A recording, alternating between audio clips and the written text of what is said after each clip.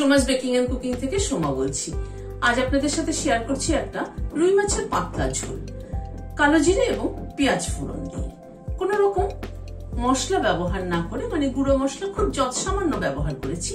চলুন তাহলে দেখতে থাকি কি গুঁড়ো মশলা ব্যবহার করলাম আর কি কি ব্যবহার করলাম। এখানে রুই মাছ নিয়েছি 4 পিস। অল্প একটু নুন ছড়িয়ে দিলাম, অল্প একটু হলুদ ছড়িয়ে দিলাম। মাছে হলুদ মাখানোর সময় হলুদের পরিমাণটা একটুখানি কম হলেই ভালো হয়, তাহলে তেলটা কম নোংরা হয়, মানে কম পড়ে আর কি। আর খুব যদি বেশি হলুদ মাখানো হয় তাহলে কিন্তু দেখবেন তেলটা পুড়ে একদম কালো কালো মতো হয়ে যায়। নুন হলুদটা ভালো করে মাছের গায়ে মাখিয়ে নিচ্ছি। নুন হলুদ মাখিয়ে নিলাম। গ্যাসে একটা কড়াই বসালাম, সরষের তেল দিচ্ছি। তেলটা একটু গরম হওয়া অবধি অপেক্ষা করব। কড়াইয়ের চারপাশে লাগিয়ে নিলাম। তেলটা গরম হওয়ার পরে মাছগুলো দিয়ে দিচ্ছি।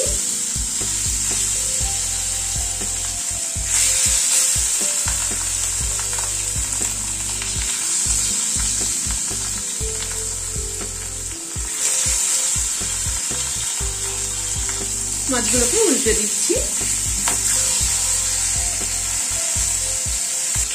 মাছগুলোকে উল্টে পাল্টে লাল করে ভেজে নিলাম, তুলে নিচ্ছি। ওই তেলে কালো জিরে ফোড়ন দিচ্ছি, অল্প একটু 1/2 চামচ মতো কালো জিরে দিলাম। কালো জিরেটা একটুখানি ক্র্যাক করিয়ে নেব। গ্যাসের ফ্লেমটাকে কম করে কালো জিরেটাকে একটু ক্র্যাক করিয়ে নিচ্ছি। এখানে একটা পেঁয়াজ কেটে নিয়েছি লম্বা লম্বা করে, সেটা দিয়ে দিলাম। এই কালো জিরে আর পেঁয়াজ ফোড়ন দিয়ে রুই মাছের পাতলা ঝোল কিন্তু দারুণ লাগে।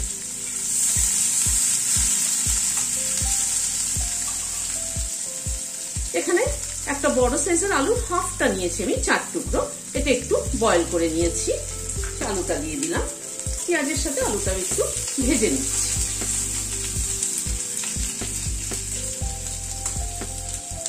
গ্যাসের ফ্লেমটাকে মিডিয়ামে রেখে ভেজে নিচ্ছি। পেঁয়াজটাকে মিনিট 2 সময় ধরে একটু ভেজে নিলাম। এখানে অল্প একটু আদা আর 2টো কাঁচা লঙ্কা পেস্ট করে নিয়েছি, সেটা দিয়ে দিলাম।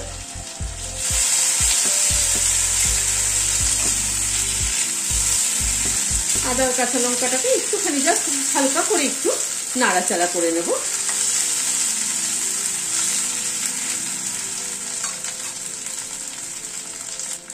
হাফ চামচ রোস্টেড ধনের গুঁড়ো দিলাম। খুব অল্প একটু জাস্ট কালারের জন্য কাশ্মীরি রেড চিলি পাউডার দিলাম। সামান্য পরিমাণে একটু হলুদ দিলাম। নুন দিলাম 1/2 চামচ। অল্প একটু গরম জল দিয়ে দিচ্ছি মশলাটা কষানোর জন্য, তা না হয়তো মশলাটা পুড়ে যাবে।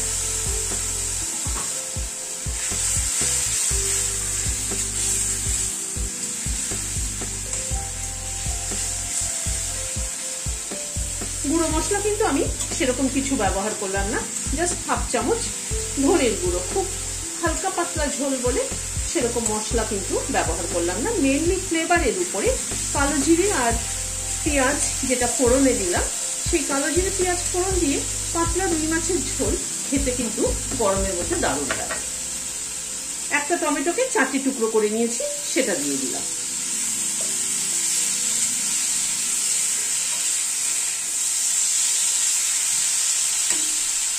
একটুখানি কষিয়ে নেব।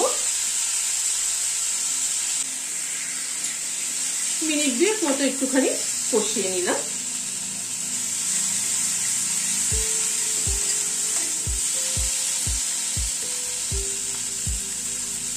এবার গরম জল দিয়ে দিচ্ছি।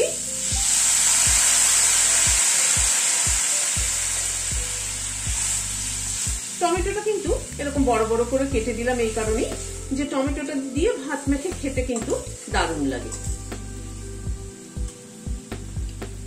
ঝোলটা একটু ফুটে উঠুক, একটু ঢেকে দিলাম। মিনিট 2 মতো ঝোলটা ফুটলো।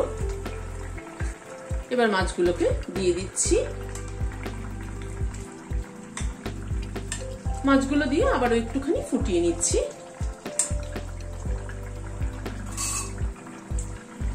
মাছগুলো দিয়ে আবার প্রায় মিনিট 2 ফুটিয়ে নিলাম। খানিকটা ধনেপাতা কুচি ছড়িয়ে দিচ্ছি আর 2টো কাঁচা লঙ্কা মাথাটা চিড়ে দিয়ে দিলাম। সবকিছুকে একবার একটু মিশিয়ে দিলাম, দিয়ে গ্যাসের ফ্লেমটাকে বন্ধ করে দিচ্ছি, দিয়ে ঢেকে দিচ্ছি স্ট্যান্ডিং টাইম 5 মিনিট। রেসিপিটি আপনাদের কেমন লাগলো আমাকে কমেন্ট বক্সে জানাবেন। ভালো লাগলে একটা লাইক এবং সাবস্ক্রাইব করার অনুরোধ রইল। আজ তাহলে এখানে শেষ করছি। নমস্কার।